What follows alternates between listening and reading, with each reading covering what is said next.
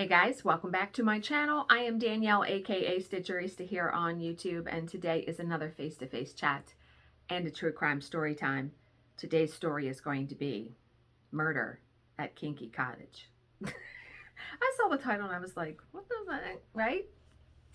So the arbitration is still going on. Yesterday was actually not a bad day. We didn't have any big issues.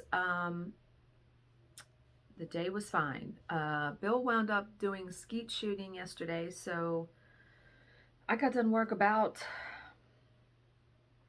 6:45, and he was home by 7:45. So I sat down with a beer, yes, and my book, and so I read for like an hour and just relaxed. And I am tired today though. Like, I didn't stay up that late. I did work on my stitching project, which, oh my God, it's looking so good. So if you want to see my progress on that, please stay tuned. Tomorrow, I will have my cross stitch weekly vlog out.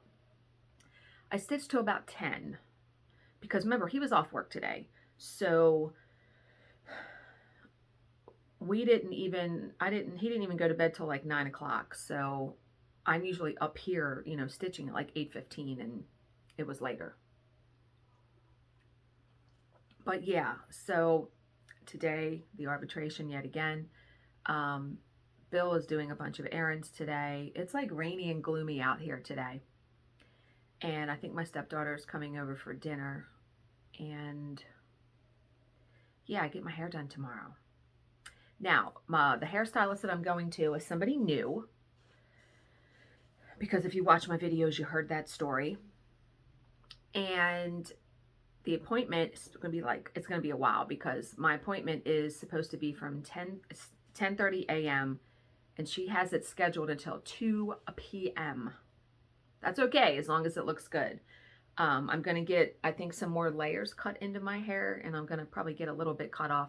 But instead of getting it like blonde, I think she did, because she has an Instagram, my new hairstylist. And she did this person's hair. It was like rich auburn color. Oh my God, it was gorgeous. So I think I'm going to get that. I'm going to ask her to do that instead of like blonde. So I showed my husband today. I showed Bill this morning. He was like, ooh, that's pretty. Yeah, it looked gorgeous. So, the point of me getting my hair lightened is not to have my roots dark like they are now, because I think when your hair is thinning, like mine is at the temples, if you have dark hair, it shows more. And then when the gray comes in, you can really see it. So, but yeah. And yeah, the book, The Husbands, it's good. I'm liking it. I have it linked in the description box below.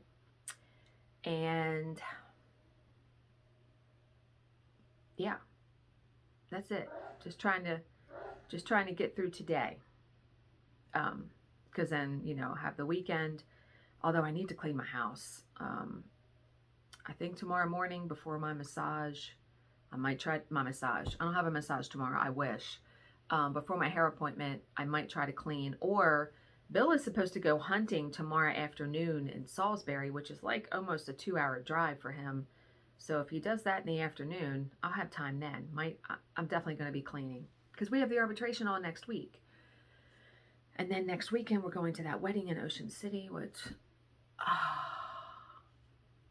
I found a red mask today that I bought on Amazon, because I'm bringing a mask and I'm really thinking about wearing it, because the bride and groom, not vaccinated. Yeah. And that's concerning to me. So anyway, okay, enough about that. All right, so are we ready to hear about murder at Kinky Cottage? What are these people doing, right? Is this named Kinky Cottage because of sex, or is it just the name? We're going to find out. Okay, so in May 1963, ooh, we got an oldie one. In May 1963, a young man named Henry Burnett forced his way into a residence in Aberdeen, Scotland, and shot the householder Thomas Guyan in the face. Nothing like starting right off with the crime in the beginning, right? Burnett then dragged Guyan's wife, Margaret, to his car and drove off, sparking a wild police chase that went on for 30 minutes before Burnett eventually pulled over and surrendered. It turned out that young Henry had been involved in a torrid love affair with the much older Mrs. Guyan. Oh, shit. So like a Mrs. Robinson kind of thing, right? And in 1963, that was probably quite scandalous, right? He had been thrown into a jealous rage when she had told him that it was over and that she was returning to her husband. The 21-year-old would be sentenced to death for his murderously impetuous act. Ooh. He would die on the gallows on August 15, 1963, becoming the last man to be hanged in Scotland. The Burnett case was the most sensational to hit the Aberdeenshire area in decades, and it would be overshadowed in the space of just 4 years. So something more horrible I'm about to tell you is going to happen. So the tiny village of Fordoun, which only has a population of 135 people, that's fucking small, lies around 28 miles south of Aberdeen in an area of rugged beauty. This is farming country, and the inhabitants are a long way removed from their big city counterparts. Still, they are guided by the same passions, the same drives.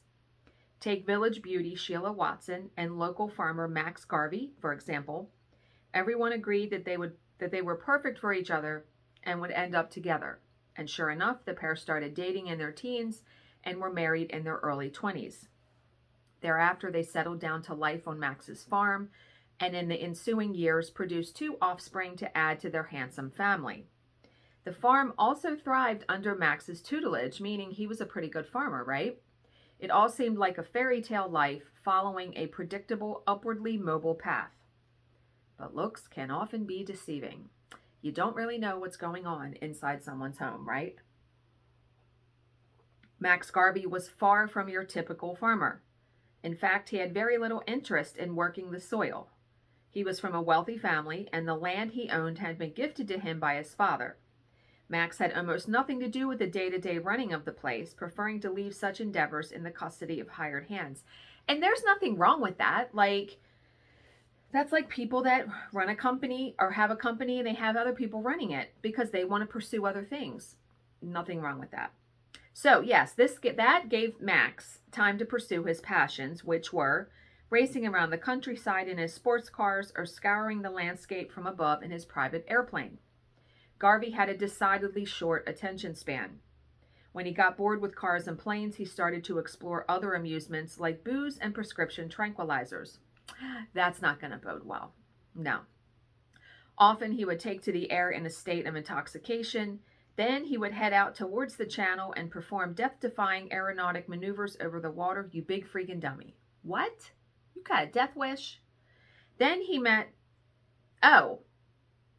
that he managed to avoid crashing into the North Sea is a minor miracle. Yeah, I mean, you're flying a plane under the influence of alcohol and pills. Not a good combination, right? But drugs and aerial stunts were not the only paths by which the jaded Mr. Garvey sought to alleviate his tedium. Oh boy. He also developed an obsession with pornography and an interest in nudism. And here we go. In 1967, he ordered his farm manager to transplant several trees and to plant hedges near the main house. What's he want to sit outside naked?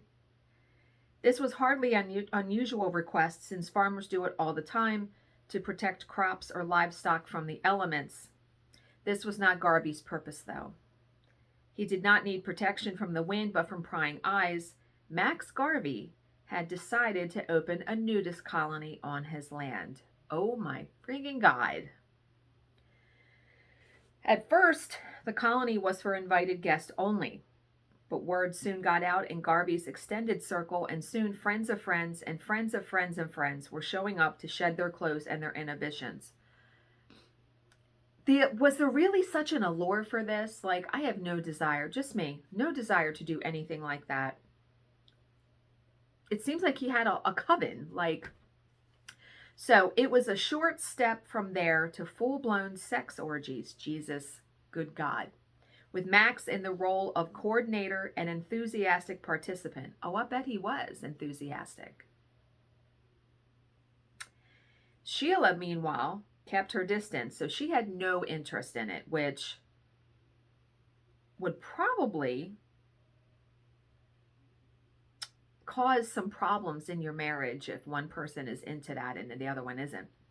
She was prepared to turn a blind eye to her husband's infidelities, I guess.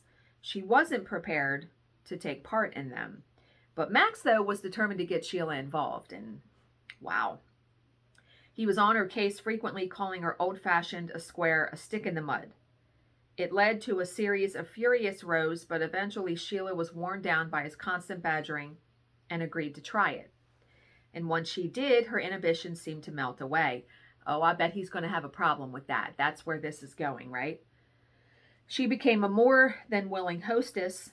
These activities, meanwhile, had not gone unnoticed. The sober, Doric-speaking villagers were no fools and had quickly put two and two together. Given that the town was only a population of 135 people, I would think word would spread pretty quickly.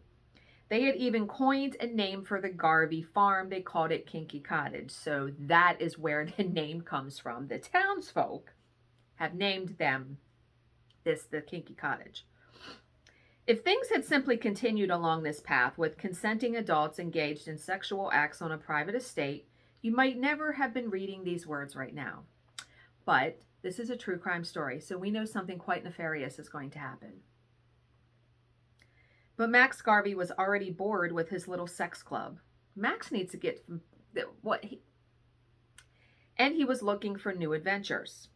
Watching his wife with another man was an idea that particularly interested him, and so he set about finding a lover for her. What in the actual fuck?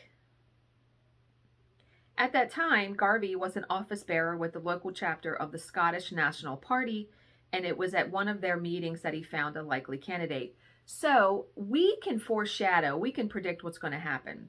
She's going to strike up an affair with this 20-year-old, right? The 20-year-old is going to fall in love with her, and something bad's going to happen. We can see the writing on the wall, right? So Brian Tevendale was 20 years old, tall, handsome, and bearded. Max, who had had a number of homosexual encounters in his time, was attracted to Tevendale. Oh, and the plot thickens. Okay. He thought that his wife might be too. He invited the young man to the farm and then broached the idea with Sheila, and to his surprise, she was outraged. Losing herself in the moment at one of their orgies was one thing, but this seemed to her like infidelity, like cheating, because I get why she feels like that. Even with her husband's approval, she would not hear of it. But Max, though, would not be denied. I am disliking this Max guy more and more. One night in 1967, he dragged his naked wife to the guest room where Tevendale was staying and pushed her inside. Sheila surrendered herself that night and now began a new chapter in the Garvey sex life. Jesus, good God. When Brian was staying over, he and Max would flip a coin to see who would sleep with Sheila. Wow, like what in the hell? How do you live your day-to-day life like this? If Max won, he would insist on a threesome. Then Brian introduced his sister, Trudy Bursey, into the situation. Sheila was the wife of an Aberdeen policeman, and her participation came with the full consent of her husband, not Sheila, Trudy. That was a misprint. Trudy was the wife of an Aberdeen policeman, and her participation came with the full consent of her husband. In fact, Officer Bursey soon joined in the games himself, with a partner kindly provided by his host. Wow, just all these people, like, is this really what people are thinking about? Everyone was having the time of their lives except Max. He was bored again and ready to move on to something else. He suggested that they drop their partners and find new ones. I hope they are using protection. Just saying. Sheila flatly refused. And here is probably where there's going to be a problem too. Sheila, you see, and I knew this was coming, Sheila had developed feelings for Brian and Brian for her. When she confessed this to Max, he insisted that she break it off right away. Sheila agreed to do so, but instead she and Brian fled, eloping to Bradford in the north of England. But she's already married to Max. So their marriage isn't Yeah. They were soon tracked there by Max, who begged Sheila to return. He might have shopped his wife around like a sex toy, but it appeared that he genuinely loved her. Eventually persuaded, Sheila returned to the Garvey farm in March of 1968. From that moment on, the clock was ticking on a tragedy, one that would shatter the lives of everyone involved, because we know a murder is about to happen, because I wouldn't be reading this story otherwise. On the afternoon of May 15th, 1968, Sheila Garvey made a call to the Aberdeen police and reported her husband missing.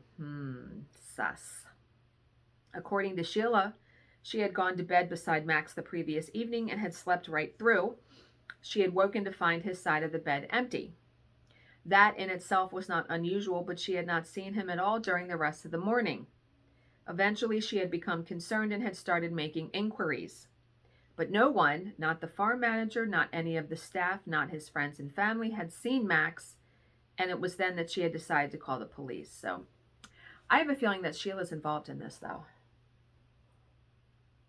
With Max Garvey flagged as a missing person, a search was launched, one that soon located his car parked across the runway at the Flying Club in Fordoon. That suggested that he might have taken off in his plane, but the Cessna was still there, safely grounded in the hangar. The search was then expanded to the surrounding woods and farmland, but turned up nothing. The police even took to searching wells and culverts, but still found no trace of the missing man. Eventually, logistics and budgetary constraints caused them to call off the search. If Max Garvey was still alive, he would turn up in his own good time. If he wasn't, then perhaps the mystery of his disappearance would remain a perplexing secret. But we are reading this story, so it's not a secret. No. And it may well have done so had Sheila Garvey not developed a guilty conscience. I told you she was fucking involved in it. In August of 1968, Sheila was visiting her mother, Edith Watson, when she suddenly blurted out that Max was dead and that Brian had killed him. She probably expected her mother to keep that confidence, but instead, Mrs. Watson went straight to the police. And you know, that's a question that I ask Bill all the time. Like, if I committed a murder, or if like his daughter committed a murder and we told him, what would you do? If Bill came to me and said he killed somebody, I don't know how I would react. Like, I guess I would have to hear the circumstances. I don't know. Like, what would you do? Would you turn the person in? Yeah. So, on August 16th, Sheila Garvey and Brian were arrested, followed soon after by a man named Alan Peters, who was a close friend of Brian. All three were charged with murder, and Alan soon revealed the location of the body. The following day, August 17th, Max Garvey's badly decomposed corpse was extracted from a drain at Lauriston Castle near St. Cyrus. He had been bludgeoned and shot in the head. The trial, beginning at the Aberdeen High Court on November 19th, 1968, was a sensation. I bet it was. With the sordid details of the Garvey sex life laid bare for public consumption. Right from the outset, the lovers turned on each other, with Sheila claiming that Brian and Alan had pulled Max from his bed in the middle of the night, and Brian countering that it had been her idea all along. Well, you just convict everybody. The story that would eventually emerge lay somewhere between the conflicting versions offered by the co-accused. On the night of the murder, Sheila had gone to bed beside her husband as normal. But she slipped out during the early morning hours and headed downstairs to let Brian and Alan in. She handed Brian a .22 rifle belonging to Max, and she, Brian, and Alan then headed upstairs. With Sheila watching from the doorway, Brian struck Max on the head with the rifle butt, knocking him unconscious. He then placed a pillow over Max's face and shot him once in the head. Brian and Alan wrapped the corpse in a blanket and loaded it into the trunk of Alan's car. Then they drove to Lauriston Castle, where they hid the corpse in a drain pipe. Yeah, if she would have kept her yap shut, it probably wouldn't have been discovered. The sensational case of the Kinky Cottage murder would eventually wrap up on December 8th, 1968, with an acquittal for Alan and guilty verdicts against Brian and Sheila. The sentence for each of them was life in prison. Shortly after he began serving his time, Brian received a letter from Sheila in which she told him, "I have decided to have nothing more to do with you ever again," and she was good to her word. Both Brian and Sheila were released from jail in 1978, having spent less than a decade behind bars. Brian later married and became the custodian of a pub in Perthshire. He died in 2003. As for Sheila, she married twice and was divorced and then widowed. She saw out her days as the respectable proprietor of a B&B in Stonehaven, a far cry from her days at Kinky Cottage. And you know, when you've done something like that and you serve your time and you're out of prison, they must have been model prisoners though, because if you get life sentences and you only serve 10 years. So, you know, if that would have been me, I think when I got out of prison, I'd be like, I'd change my name. Like, I would totally have a different persona because, so when Sheila gets married to these two other people, did she tell them what happened? Like, would you tell that? I don't think you would want to tell that story, right? No, I don't think you would. That was a pretty good one though, right? That was a good story. I haven't read a story like that in a while. So had you guys heard of that? I mean, from 1967, I had not heard of that. Yeah. Okay. So I hope you guys are all having a great Friday. I am so glad it's the end of the week. We've gotten through a week of the arbitration. So as always, if you have any questions, please leave them in the comments section below, and I will answer them to the best of my ability. Thank you so much for watching and subscribing, and I will see you in my next video. Bye, guys.